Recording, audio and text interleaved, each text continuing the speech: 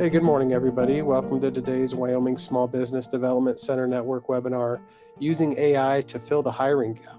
The Wyoming SBDC Network is a statewide resource funded by the Wyoming Business Council and the U.S. Small Business Administration. We offer free confidential advice to all Wyoming entrepreneurs and small business owners, and our advisors are located across the state. They can help you start a business, grow your existing business, or recover from challenges. So without further ado, I'd like to introduce Kellee Carroll, owner and managing director at Prairie Giraffe. Take it away, Kellee. Thanks, Tyler. So as Tyler said, my company is Prairie Giraffe. We specialize in digital marketing, websites, SEO, and AI integrations and automations. So this talk is about using AI to fill that hiring gap. It's about empowering your existing team using practical AI tools. In this, there's 3 exercises, and then there's some other resources. If you go to this address, prairiegiraffe.com/workbook, you can make copies of each of those and a copy of these slides if you want those as well. So if you're not able to do that, you can also do them on a piece of paper. It's just designed to get you guys something tangible from the talk and not just ideas, but you can actually kind of start to think this process through and these ideas, get them on some paper so you can go from there and actually have something to implement. What I'm going to go over is, of course, the hiring challenges in Wyoming and really nationwide. We're going to do a task audit, some time cost analysis. So basically, what tasks can we do? How much time are we losing? What can we get back? Kind of look at the solutions, how you connect AI to existing tools. It's how do you turn AI from just a cool something that puts out these cool outputs into actually doing things in your business, how to implement that. We're going to also touch on adoption, ethical AI use, keeping your customers safe, and keeping your employees from feeling like they're going to lose their jobs, because this is not about replacing anybody. It's about making the people that you have more productive and helping them enjoy their job more because they're doing their skilled tasks, not pushing paper, basically. I'm sure you're aware Wyoming is the smallest population, so we have a limited talent pool. And I'm sure that you've experienced having a tough time to find the perfect candidate, and that sometimes you lose the perfect candidate because everyone's looking for the perfect candidate. So your teams are stretched thin, and that's frustrating. That's causing a real issue. If you download the slides, you can look. This is a report from the Growth Lab. It was published on, I think, Harvard Review or something, and you can read through that, and it goes over the data behind those statements there. The problem is you need more people, but you can't find them.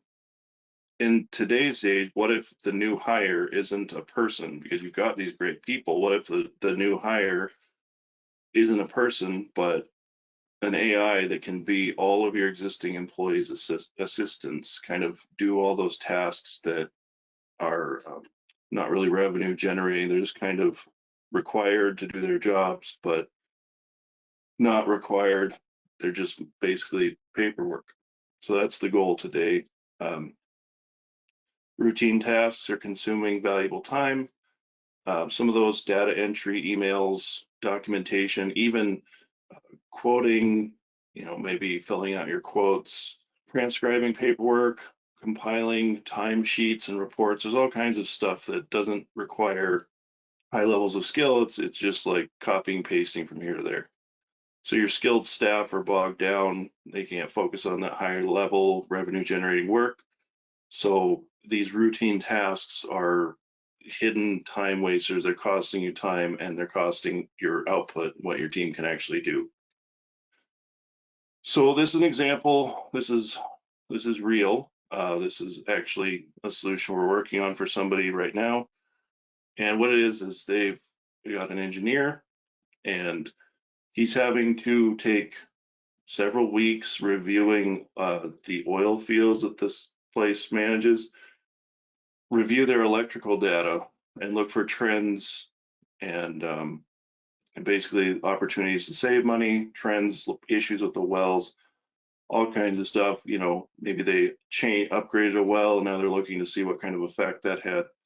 So this is taking weeks. And so some of the things they've tried to cut that down is using advanced Excel techniques, formulas, all kinds of things. But it's still like, okay, that saves them a day. It's still 2 weeks. So what we're going to do is take no-code automation tools and connect that to AI, and we're going to reduce that from 2 to 4 weeks every quarter to hours. So the engineer can really just double check that the AI's work, double check what the outputs, double check the trends it sees, and instead of having to do this all by hand. And so we estimate they're going to save 8 to 15 work weeks per year. I'm sure that engineer could be better used than looking over electrical data and comparing it to past reports. Yeah, it's going to be huge savings, hugely valuable to that company. So if we look at AI as your team's new assistant, and we acknowledge that it's not here to replace people, it's here to empower them. Humans excel at relationships, strategy, and creative problem solving, and AI handles repetitive or data heavy work. Things where you can get bored and make a mistake, AI is great at not letting you make that mistake.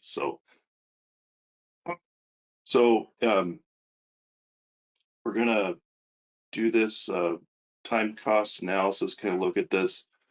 So if your team is spending 15 to 20 plus hours a week on repetitive tasks, your skilled staff again is focusing on busy work instead of doing what they do best, what you probably hired them for. And so you're missing growth opportunities because there's just only so many hours in the week. That results in morale, creativity, revenue, especially suffers because, again, there's only so many hours in a week.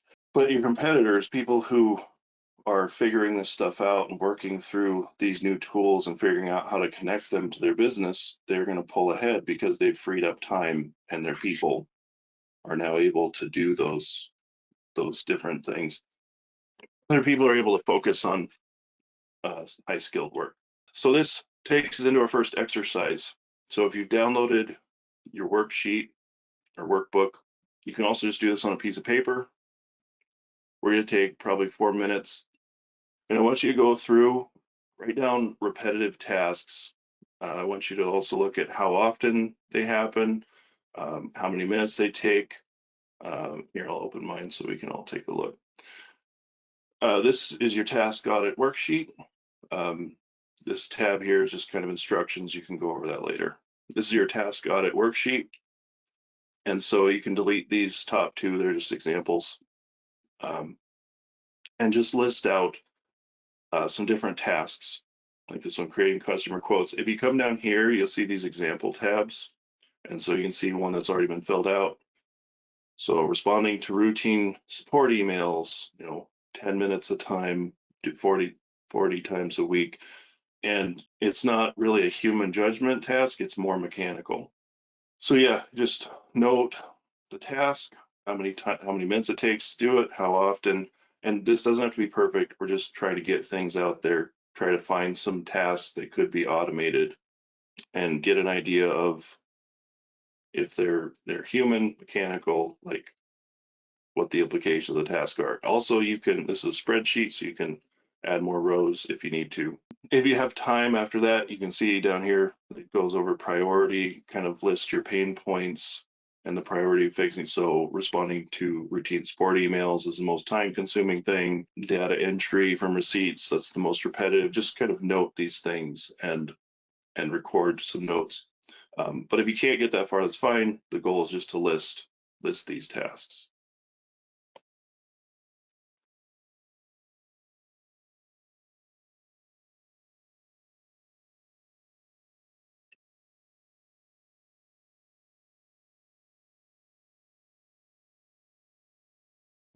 Now you should have a list of some tasks you've brainstormed and how often they're done, the time they're taking, and whether they're mechanical or requiring human touch. And if you got down towards the bottom, highlighted some of those top tasks, the frustrations, some pain points, bottlenecks, all that. And if you didn't, feel free to do it later. So now that we have that list, and we know if nothing changes, your growth is capped by limited hiring because there's only so many people and only so many hours. Your best employees risk burnout because they're doing paperwork and they're trying to keep up. And again, larger automated competitors can pull ahead because they're figuring this stuff out. The alternative path is let's let AI handle these routine tasks and let your team focus on what they do best. So now that we've got our task list and we kind of see what some of the problem is, we've identified some time wasting activities or just time consuming activities and potential AI tests. Now we're going to look at how do we implement these AI tools? How do we find some of them, and how the real magic is how can we layer them to actually do things inside our business? There's going to be some more kind of real world examples of workflows and simple steps you can start applying this today. So how do you connect AI to your business? Because I'm sure December 2023, everybody's talking about ChatGPT and it's the greatest thing ever. And it's so cool. And you might have jumped on there and started playing with it, and sure, it was neat, but its outputs weren't as reliable as people acted. It was, it was more of a trick at that point, but it had potential. And even now, unless you're into some of what I've been talking about and been paying attention, there's a real disconnect between connecting this robot to my business. And so that's kind of what we're looking at doing here. And so there's three main approaches: ready to use tools. So somebody's already built a tool that does exactly what your task is, and it does it, and it has AI included, so it's already thinking through the process. And if that's the case, that's awesome, and it saves you a lot of work. The next piece is no-code automation. So this is where we start connecting different platforms, where we connect something you have. Let's say you use Service Titan and you need to pull that data out of Service Titan and put it into a separate booking app, something like scheduling app, things like that. That may not be a good example because Service Titan is pretty robust, but this is where you can start connecting these platforms, and you can connect essentially an AI, the brain, the thinking, to different services, and even services that you're already using a lot of times. And then the third is a custom AI or a custom app. There's some truly unique needs, but with what I'm about to talk about, even sometimes using a no-code automation, you can generate your own custom AI apps and solutions without needing to hire developers. What I started to talk about is the idea of layering tools. So you combine an AI, let's say a ChatGPT, Claude, Perplexity, although any tool, and you use an automation software like Make.com or N8N or Zapier, like there's dozens of them. And you combine that with some kind of database, whether it be Airtable, Google Sheets, something like that. What you're able to do is use these new AIs to act as the brain. So it used to be like Make.com isn't new. Some of these platforms aren't new, but they were limited because you were limited by maybe a formula, or it could do some kind of filter through an array and and all these tricks. Well, with the AI piece, you now have a brain built into it. It can take instructions, take data, process it, and have an output, and then you can use that output in different ways without a person being involved. It can just process data and give you what you're looking for, and then you can just follow up with it and make sure it's doing what you're looking for. So an example workflow, ChatGPT can be drafting responses. Make.com is automating the movement of that data between your platforms and ChatGPT, and then Airtable, we could use that to organize and track those responses. So all of this can happen automatically. Say you get an email, GPT ChatGPT drafts the response, you get a notification from Airtable to review the response and either edit it or hit the OK button. And all of it happened without you having to even know that it was happening. And so you can get really sophisticated results because these workflows, we're going to focus on starting small, but they can get massive. You can do really complex processes. So you get really sophisticated results, really high-end results without custom software, custom code, developers, the whole thing. I'm going to give you some workflow examples. There's hundreds of thousands of these, probably millions of these, but we're just going to go through some of these basic ones. Automating inquiries and email management are two. They're pretty common. You get an inquiry maybe from your website, somebody asking for a price or something, some information. AI can draft an initial response, categorize the request, also can know if a request is not legitimate and categorize that as well.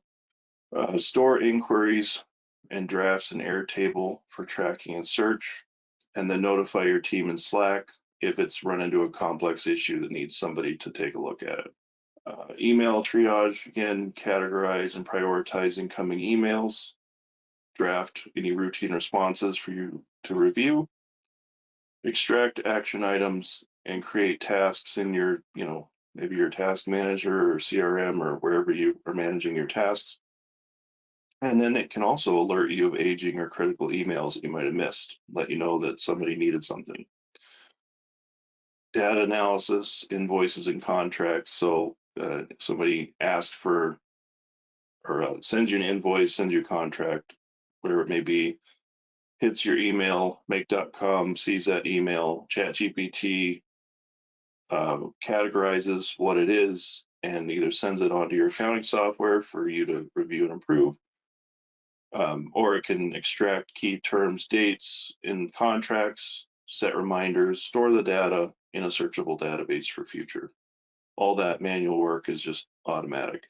Analysis, data analysis, generating sales and operational data, looks for trends, all kinds of stuff can be done in these platforms. Social media management, I'm sure you've had the conversation about we need to be posting on social media more, and then is it working? And so you can have your AI software, your new solution. It can draft you some ideas, it can make plans for you. You can use it to schedule posts across multiple platforms. It can monitor engagement, can let you know about trends. It can even generate reports, allowing you to keep a human touch while taking away all the parts that were standing your way from actually doing it, like thinking of ideas, things like that. Project management. So if you're using, say you're using ClickUp and somebody completes a task, well, you can trigger an AI to summarize where the project stands at this point, draft some emails to go to people that need to know it. Let's say that you're using a freelancer and you don't want to give them access to your project management and all your projects. You could have them just watching a spreadsheet, and that spreadsheet updates whenever they have a necessary task without ever having to give them access to your projects. And then, of course, can compile multi-source data, look for trends, let you know what's happening, things like that. So yeah, like I said, there's a lot of those, like there's never ending. There will always be more and more of those solutions. Those are just 6 pretty common ones to kind of get you thinking. So how do we implement this?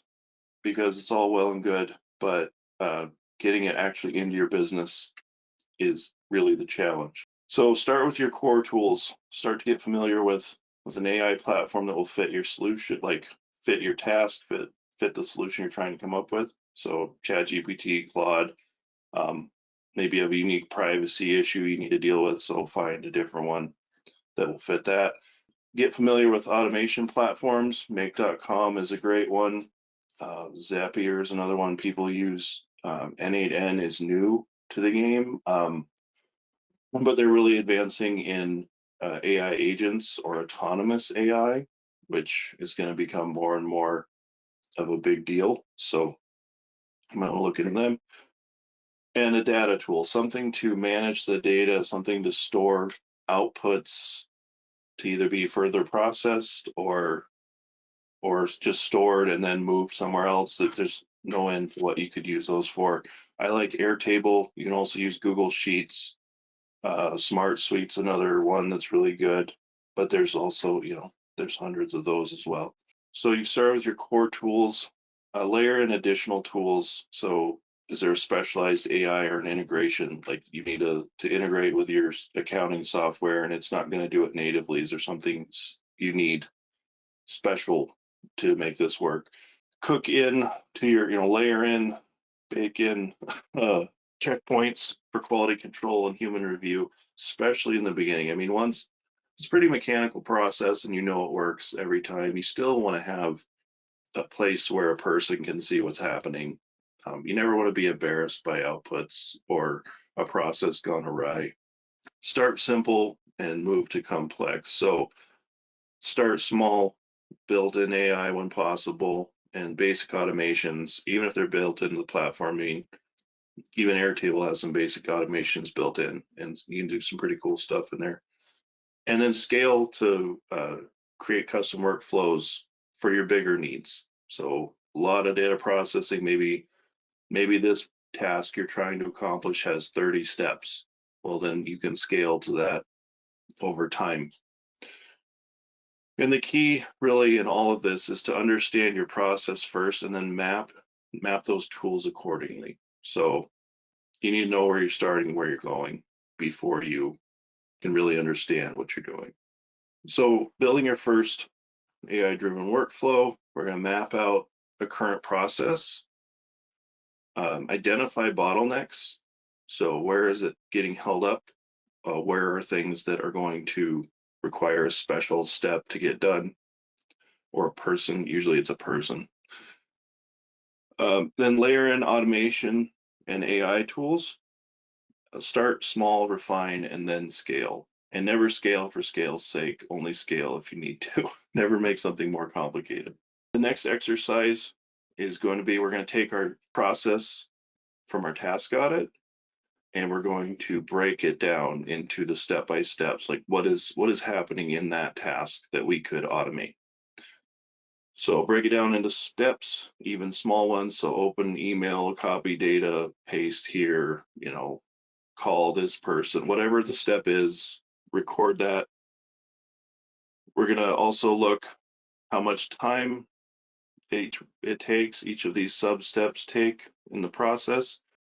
Note any critical decision points. So if any of these are a point where a person needs to make something's making a decision, and it needs human judgment, basically, we're going to note that. If we go back to our sheet, you can see it's called process mapping. Again, it's a spreadsheet. You can make this as long as you want, but you can go back to your task audit, find something from there that you want to start breaking down, and just start recording it, just breaking it down little by little. Once you've got that down, or at least started, you can start to look at input triggers. So what starts it? Like if we receive an email or a customer call, X complaint, something is going to trigger this action, this flow. What should be the result? Where are you going? So it's important to know where you're starting from and where you're going. Otherwise, you can really get into the weeds. And then again, if you go to this green example, you can see one that we filled out is for creating customer proposals. These are all the steps that were identified, steps, the decision points, total time that it's taking to do, the input triggers, what kicks off the process, the different outputs we're looking to get out of this thing, and then just some notes. Where are the pain points? What do we need to do better in this? And then further process analysis, like what are the bottlenecks? What weight points are they? Could we get around them? You can just use this example to kind of see what's expected, see how to get this to a good place. I will start a timer so you can work on this. Again, just take a task from your task audit that you would like to see about automating and just start breaking it out in your process mapping worksheet.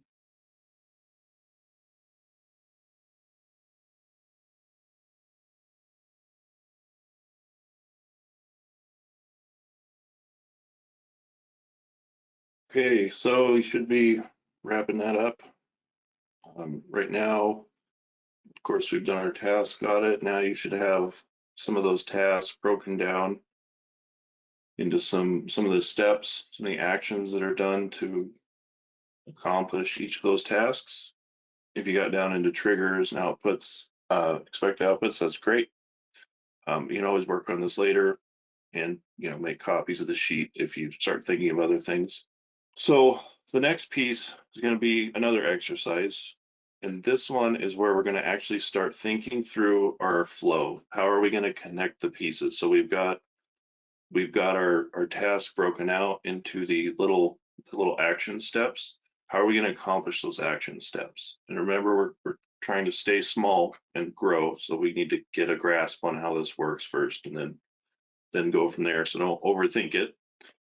Right now, this drawing is showed. We're going to look at the core AI tools. So what for analysis and content generation, different tasks, what AI tool are we going to use? Is it ChatGPT? Is it Claude, like Anthropic? What is it? Automation platform, what are we going to use? I mean, make.com is great. I would recommend starting there, but if you're more familiar with Zapier, you can go there too. What data tools? So what's going to store our data? Is it going to be Airtable, Google Sheets? What's going to actually do the storage, or is it an existing system we have? What existing systems are involved? Is it a CRM, email, accounting software, whatever? Like it could be 100 different things. So what is that thing? And we're going to draw it out. So it's in the sheet. So if you're more visual, you can use something like this. This was done in Whimsical, and so you can map it out that way. But some people like the spreadsheet approach, so that's what I provided. So if you go to your next sheet, to your solution stack sheet, you could see, what are the current systems we're using, what are the core tools that are needed, and kind of what are their tasks. So which AI tool, what it needs to integrate with, and how complicated is it to integrate with. Now, some of these things you won't know right now. Some of this, you have to play with it to know, like, ooh, this AI we use requires a unique API integration, and it's actually pretty complex. So this one we might want to find an alternative to, or really spend some time with. The automation platform, you try make.com, you hate it, you move on to Zapier. So yeah, really the goal is just to start thinking this out, start breaking it down, and thinking out how it's going to work. How's the flow going to look? And again, this is a spreadsheet, so you can insert cells if you need more tools. I just listed these three. Where's the start point, the end point? How's it going to flow between those two? And then we're going to look at a phase one. I want you to, if you get this far, you may not get this far. This might be for afterwards. Your phase one, so like getting it up on its feet and having kind of a minimum viable product. What quick wins can we get in this phase one? So if you come to the examples again, got two of them in this for you. This is that same customer proposal automation, and you can see where it's broke out, the existing tools, what's working well, what are the pain points with them, what solutions we think we can kind of work in. I think we can use ChatGPT.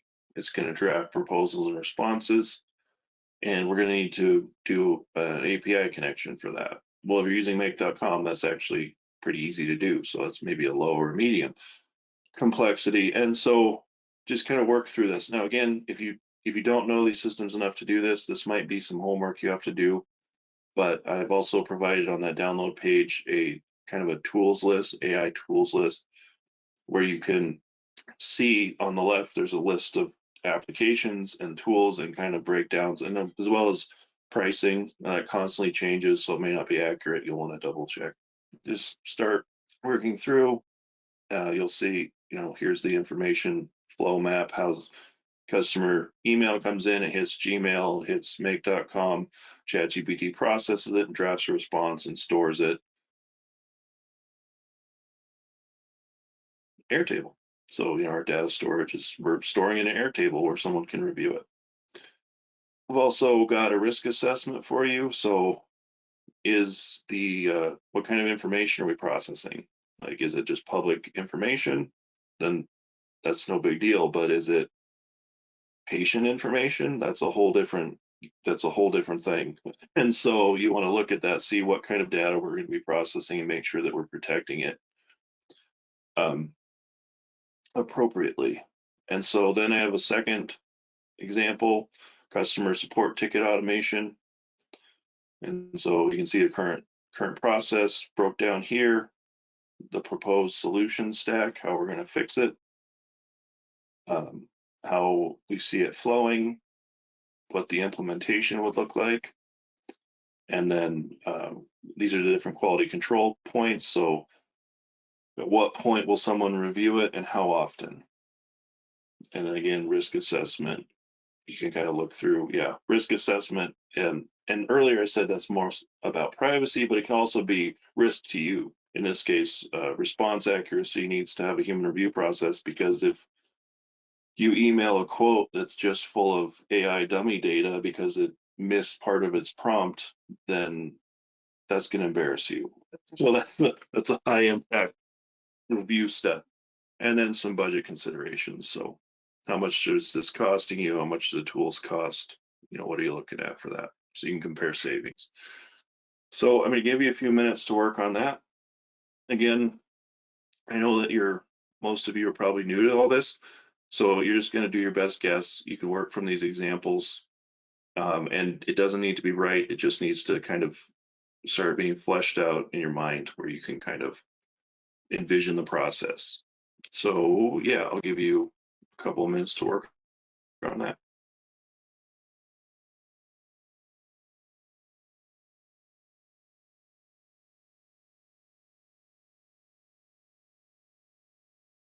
So I'm sure you are going to need more time to work on that. If not, great. But we're running low on time, so I'm going to move on. Again, this step might require some homework. I don't expect you to know what all these different systems can do, but if we have our tasks we want to automate, we have our steps that we see in that task, and we can start to break that down. That's a huge step. You can now start to visualize how this would work. And so it makes picking a solution much more productive, like easier, productive. You know what you're looking for.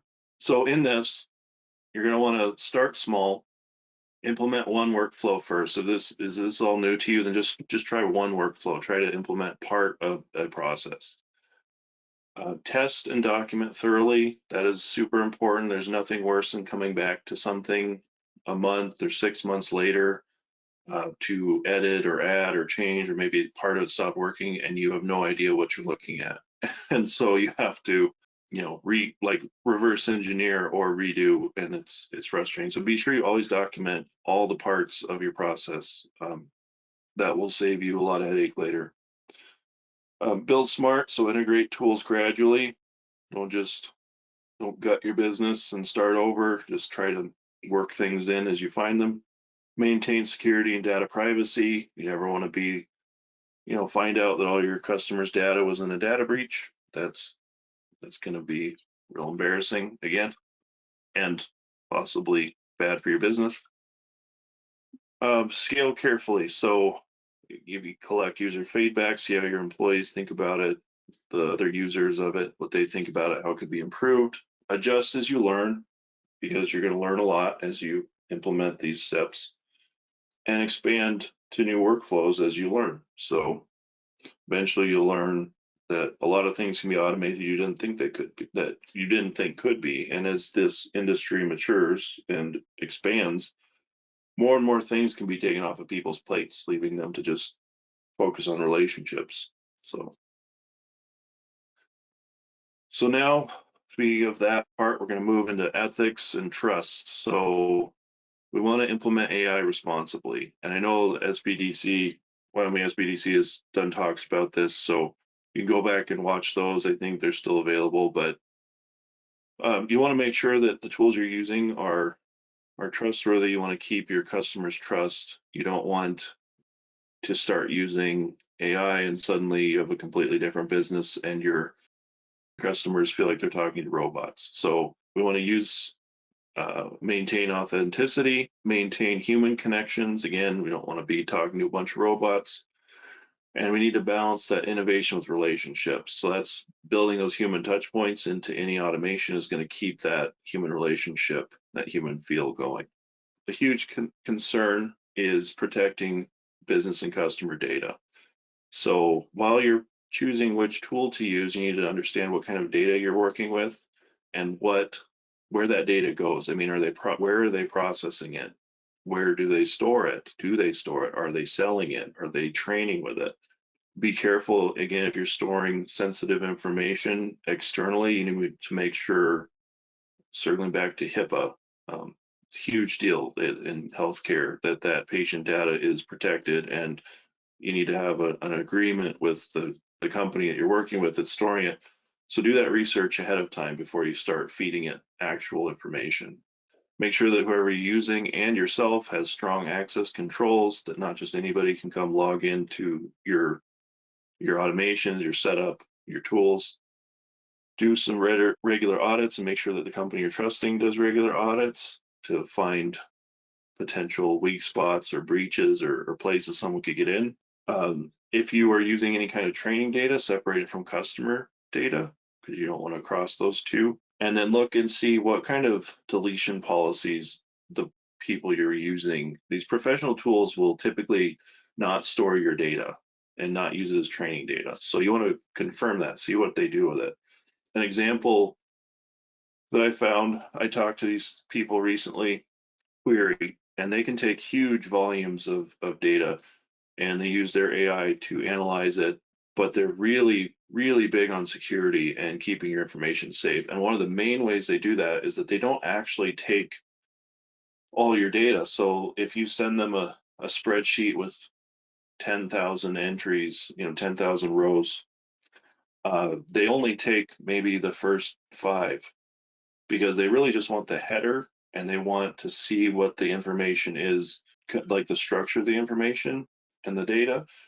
And then their AI is going to write a custom program for you to use on your computer to analyze that data. So it really just needs to know the structure. So it needs headers and the first couple rows.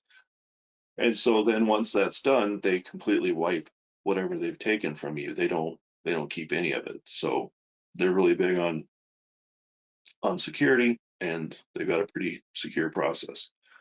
Know what you're getting into, know where you're sending your information.